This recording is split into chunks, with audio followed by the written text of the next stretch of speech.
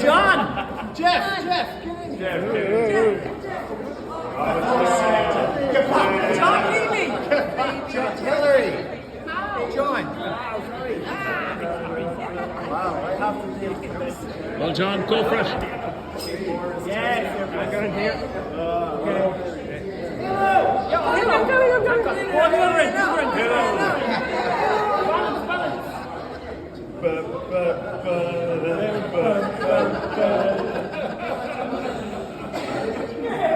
Time for us. So this is our Dublin premiere, and we hit cinemas nationwide on Friday. And to say we're excited and terrified is an understatement. So we really appreciate everybody coming along. So the film you're about to see is about 90 minutes long, and there's going to be a little cast and crew Q&A afterwards. So the show will be finished at 7:30, which means it's way before the last bus, so you can't leave after. Right? If you don't like the film, tough. You have to stay there and listen to us talk about it. Okay? So, but one of the important things, if people do have to go, right? Irish film is very, very important to our culture and how we look at ourselves and how we perceive ourselves. But it can be very hard for Irish film in cinemas. And we're a great cinema-going population. We go to cinema more than anybody else, but we don't always go to Irish films, right? So anybody here who likes the film and enjoys themselves, make sure you go outside and you take a photograph in front of our big pull-up and you post about it. You find us on socials, all that sort of thing, because word of mouth is really, really what sells these things. And it's especially vital for a production like us, which is small and scrappy and doing things by the seat of our pants. And if you don't like the film, don't say anything.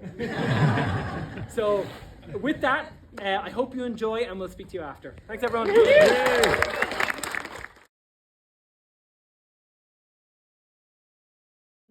Doing God's work, trying to get the next thing made.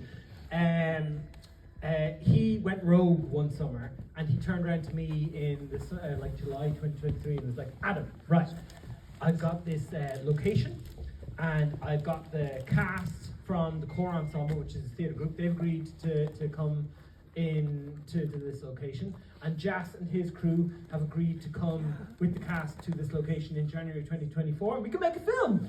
I was like, yes! What film are we making? so then we went away and tried to figure out a reason why the 4 core cast members of Jed, Eric, Carolyn and Neil, who's not here tonight, why they could conceivably be in a house together. And that's where the idea of 4 adult siblings squabbling over a will came from. Oh, that's wonderful. Where were you? I'm so sorry. My name is Sean Doyle. I played the homophobe.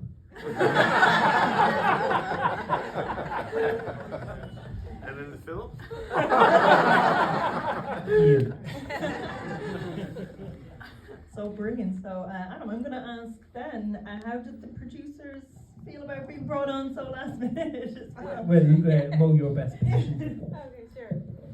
Well, I met Ed at the Dublin International Comedy Film Festival, and that's on at the end of November, start of December. And he had a brilliant short in there called A Christmas Banner with Jen Murray and Mary Murray in it, which is fantastic. So we had it on the Lighthouse, and he came to the awards, and he really enjoyed it, and they won a few awards as well. And so then he just chatted to me about a script that he wanted to make, and he sent me a pitch deck. I thought it was great, and Karen Bracken was in it. I said, well, she's one of my favourite actresses, so this is great. And so I sent me the script, and it was cracking. It was an amazing script. I was so impressed. And then they said that they wanted to shoot January 15th for 15 days. And I had to think about it, and I about 24 hours to think about it. And December 18th, I said yes. And I did say to them, I said, you know, we have Christmas and New Year's in the way, and they went, and it was actually Amazing, it was. Yeah, that's because all these people are really sound and really easy to work with, so it was all fine. But talk to me about that process, and then if we get Jas involved as well, when were you brought on? Yeah. So I had worked with Adam and Ed previously over the last few years on commercials and short films and that kind of crack. And when this opportunity came, there was that moment of the plan was sort of there, the script was sort of there, and I was like, it's a month away. Are we really gonna? I'm in January in the Northwest And I would, yeah, of course, why wouldn't we do that? January is the most amazing time to shoot something in the west coast of Ireland, all outdoors. There's so much light. But it is. And because we had that working relationship and everybody on board was so for it, it is the biggest cliche in the world when people say about a film, oh, this was a passion project. This was a passion project. That's it. When you handed the script out, was it at its final stage going into pre-production, or were you tinkering away as, you know, as everything was kind of being set up and organized? No, so because this was done on the fly and with such tight deadlines, and because it was obviously a peculiar set of creative circumstances that we knew the cast and location before we knew the story, it was written specifically for the actors we knew we had. So then within that, we had no time or money for rehearsals, but what we was able to do was do cast read-throughs. So like basically once a month from the time we got the first draft in up until we actually landed on set to actually shoot, what we do is we do a read-through every time there was a new draft. And Zoom read. Zoom read-through, yeah. And then actually, do you want to speak a bit about the read-through? No. I'm going to ask It's because he doesn't have his hat on, that's the only reason. So what we got is we got some amazing, so it was like in lieu of rehearsals and in lieu of proper funded script development time, what we had was these read-throughs, and they were so valuable. Because of what it gave the cast a sense of ownership over the characters, and they began to inform the way the story would develop. So not only would they point out, Adam, that's a pretty big plot hole right there.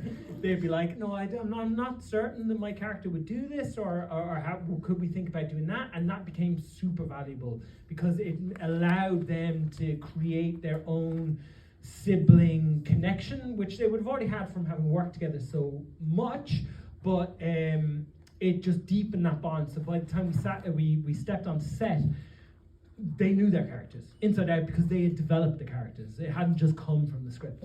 Now I am going to ask Ormond just to let me know about finding your character and about, you know, getting into that headspace. Well, it was really easy for us because we work together in a theatre company. Well, we've known each other for maybe up to 10 years and sometimes more in some cases.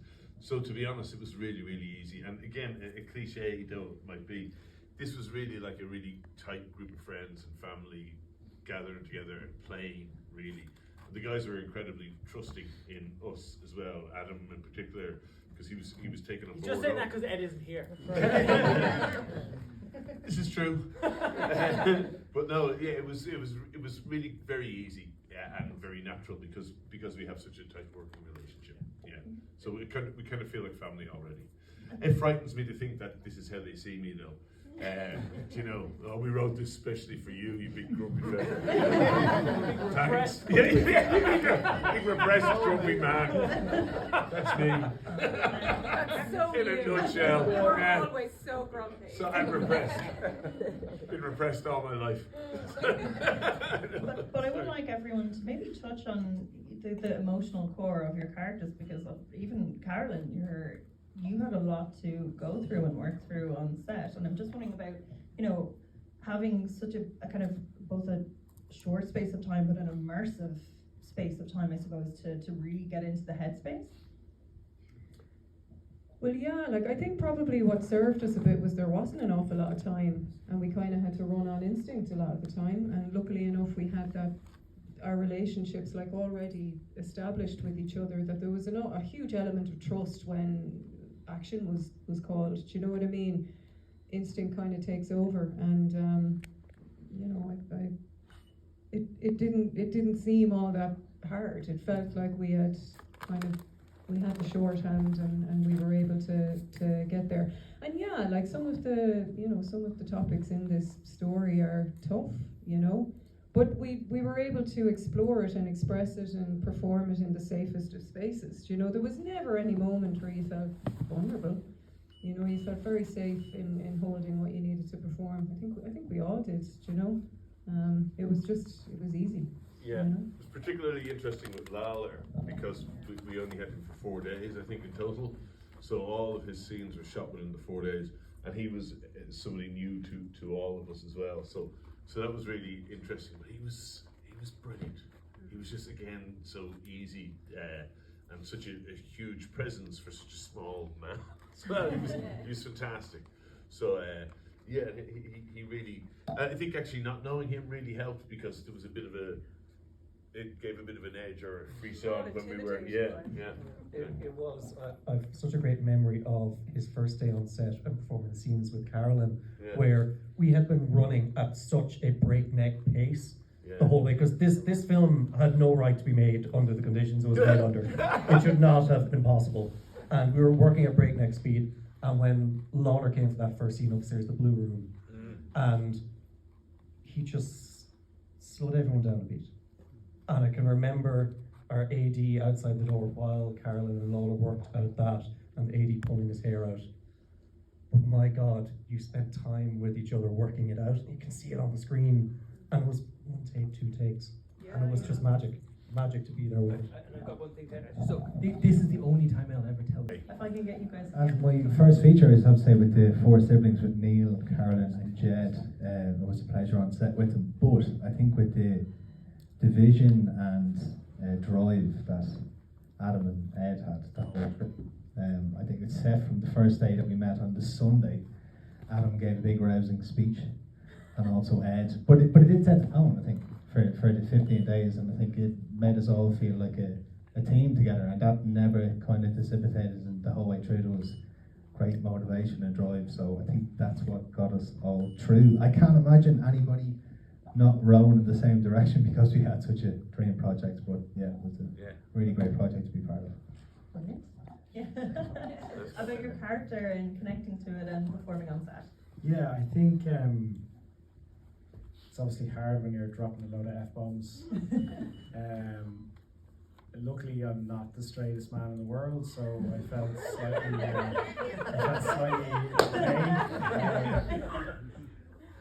And I obviously hate myself, and that's where the don't hate me. Don't hate me. No, I'm very attracted to her. I had probably one of the shorter times on set, myself and Lawler. But I think just having the decade, 12 years from the start of the core ensemble onwards, actually Chris O'Rourke was just saying to us there, was like, I remember coming to see the first show in the shed in Clontarf, this tiny, 16 or 20 seater theatre. And then years and years and years later now, premiere in the Savoy. So it's a real testament, I think, to Ed and Adam and Hilary as well. That just hard work will get you somewhere, incredibly special. So I'm very grateful, even with the small part that I had, just to still be here with my friends, still playing and still making terrible jokes in front of people.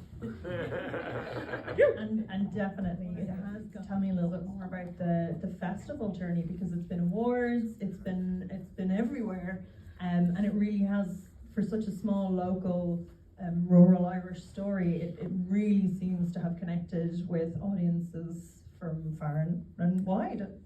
Yeah, absolutely it has, and I think it's been one pleasant surprise after another. I think it's fair to say. We were thrilled to make the film, and for us that was kind of wow, we did it. This is great. We've done it.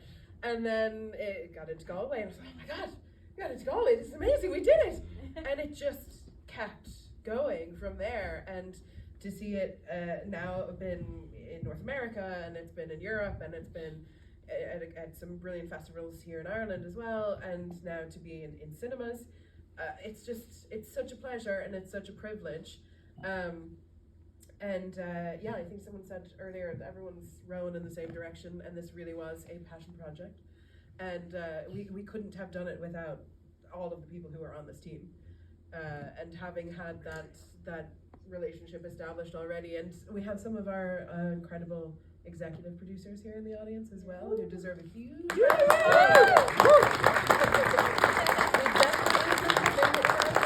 their support. So yeah, it's been amazing. Now that the circle, right, various moments. No? Car breakdown. The storm when we lost. We had one day to shoot in the pub, and storm Owen struck, and we lost all electricity in the pub. and then In the northwest. in the northwest, and this guy Ger Leamy, who's this phenomenal fellow, he went and got generators from 2 different locals, and then there was 3 generators in the pub, and that was the setting us up in the snow, and just the idea that we had 5 days of external shooting, all planned, and it didn't snow or lash rain on any of them was a miracle in and of itself. All the other days when we were internal, it was miserable. So it was a blessed shoot. Yeah. Or drinking tea. I actually don't like tea myself. I genuinely don't. They insisted that I have to You drink could tea. actually see it in the film when we asked him to make a pot of tea, and he's like, I literally 1 didn't. tea bag, 2 big tea bag, 3. I don't fucking know. Just like the company.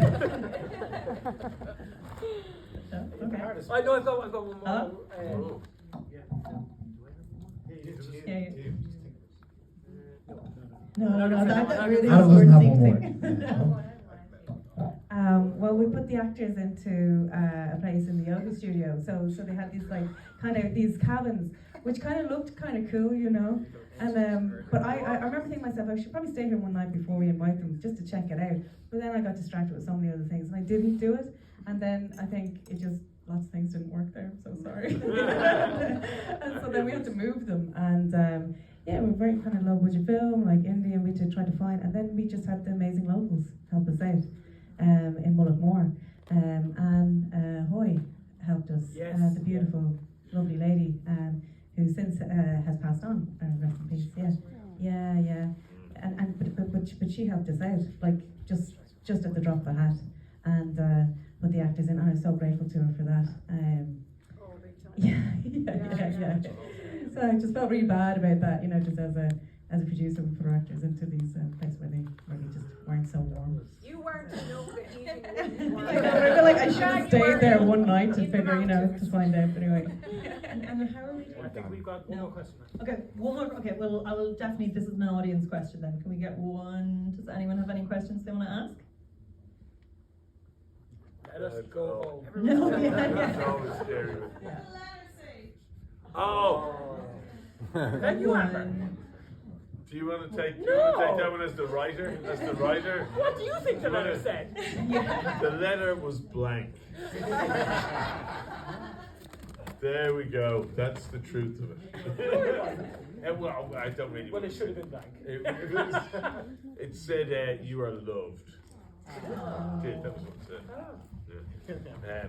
But I prefer blank. Or a recipe for my grandmother's chicken soup is the other. That would bring a tear to my eye. That's for sure. Will there be a sequel? It's called probate.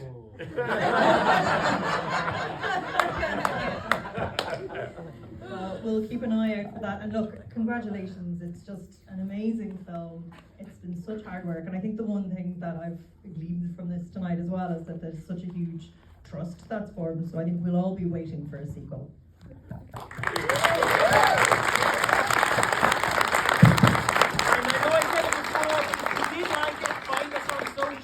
Spread the word, please. It makes a huge difference. Yeah. So thank you all for coming.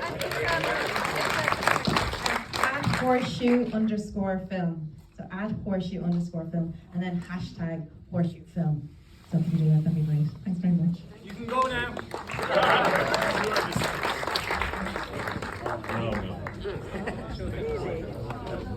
Oh, great. Thank you so much. So you see, there's a couple more things to say. Then start working today.